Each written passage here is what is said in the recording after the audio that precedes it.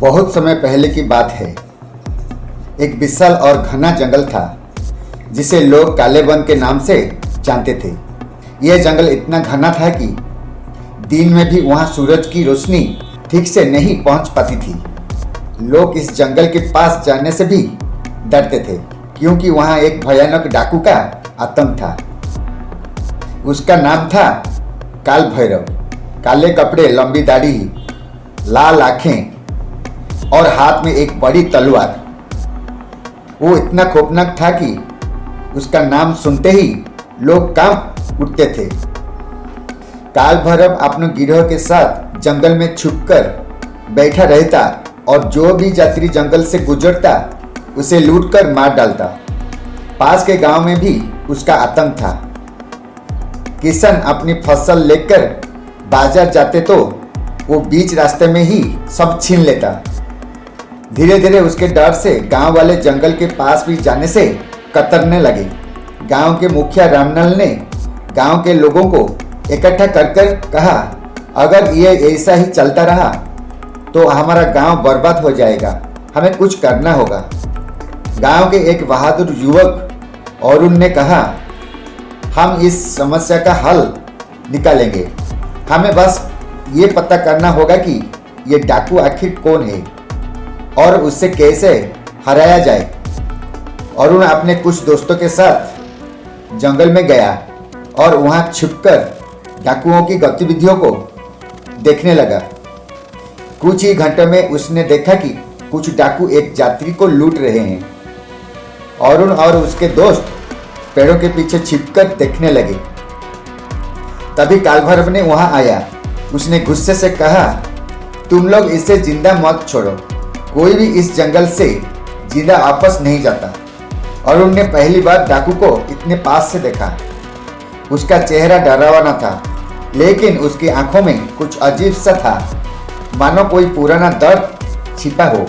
अरुण ने सोचा, ये आदमी कौन है, इसका अतीत क्या है, क्या वो हमेशा से ऐसा ही था।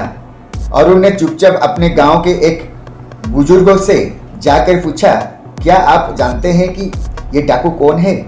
बुजुर्ग ने गहरी सांस ली और कहा, हाँ, ये एक समय में बहुत अच्छा इंसान था। क्या?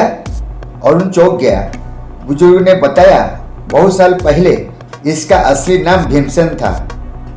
वो एक ईमानदार सिपाही था जो राजा के लिए काम करता था, लेकिन एक दिन किसी ने उस पर झूठा आरोप लगाया कि उसने खजाना चुरा लिया है। राजा ने उसे देश से निकाल दिया। दुखी होकर वो जंगल में आ गया। जब उसे कहीं न्याय नहीं मिला तो उसने बदला लेने के लिए खुद को डाकू बना लिया।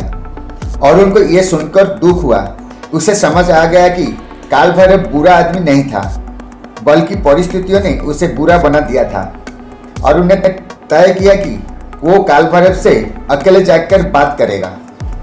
वो रात के अंधेरे में चुपचाप डाकुओं के ठिकाने पर गया और वहां छिपकर इंतजार करने लगा। जैसे ही काल भैरव अकेला हुआ, अरुण धीरे से उसके सामने आ गया। तुम कौन हो? काल भैरव ने तलवार उठाते हुए कहा। अरुण ने बिना डरे कहा, मैं सिर्फ तुमसे बात करने आया हूं। मुझे पता चला कि तुम पहले एक अच्छे इंसान थे, तो फिर अब डाकू क्यों बन गए? काल भैरव चौंक गया। उसने गुस्से से कहा, क्या तुम्हें नहीं पता कि इस समाज ने मेरे साथ क्या किया? अरुण ने धीरे से कहा, मुझे सब पता है, लेकिन अगर तुम अपनी लड़ाई सही तरीके से लड़ते तो शायद तुम आज भी एक वीर योद्धा होते। काल भैरव को यह सुनकर गहरी चोट लगी। उसके हाथ से तलवार गिर गई। उसने धीरे से कहा, पर अब तो सब कुछ खत्म हो चुका है, मैं कभी वापस नहीं जा सकता। क्यों नहीं? अरुण ने कहा, अगर तुम सच में बदलना चाहते हो तो गांव वाले तुम्हें माफ कर सकते हैं। तुम फिर से अपने जीवन की नई शुरुआत कर सकते हो। काल भैरव की आंखों में आंसू आ गए। उसने अपने सारे डाकुओं को बुलाया और कहा, हमने बहुत अत्याचार कर लिया, अब हमें प्रायश्चित करना होगा। गांव वाले पहले तो डर रहे थे, लेकिन अब उन्होंने देखा कि काल भैरव सच में बदल गया है, तो उन्होंने उसे माफ कर दिया। कुछ महीने बाद काल भैरव ने अपना डाकू वाला जीवन छोड़ दिया और जंगल में एक आश्रम बनाकर वहां जरूरतमंदों की मदद करने लगा। गांव वालों ने यह शिक्षा की कि हर कोई परिस्थितियों का शिकार हो सकता है, लेकिन अगर सही राह दिखाई जाए तो कोई भी बदल सकता है। इस तरह एक भयानक डाकू एक दयालु संत बन गया और जंगल में फिर कभी कोई डकैती नहीं हुई।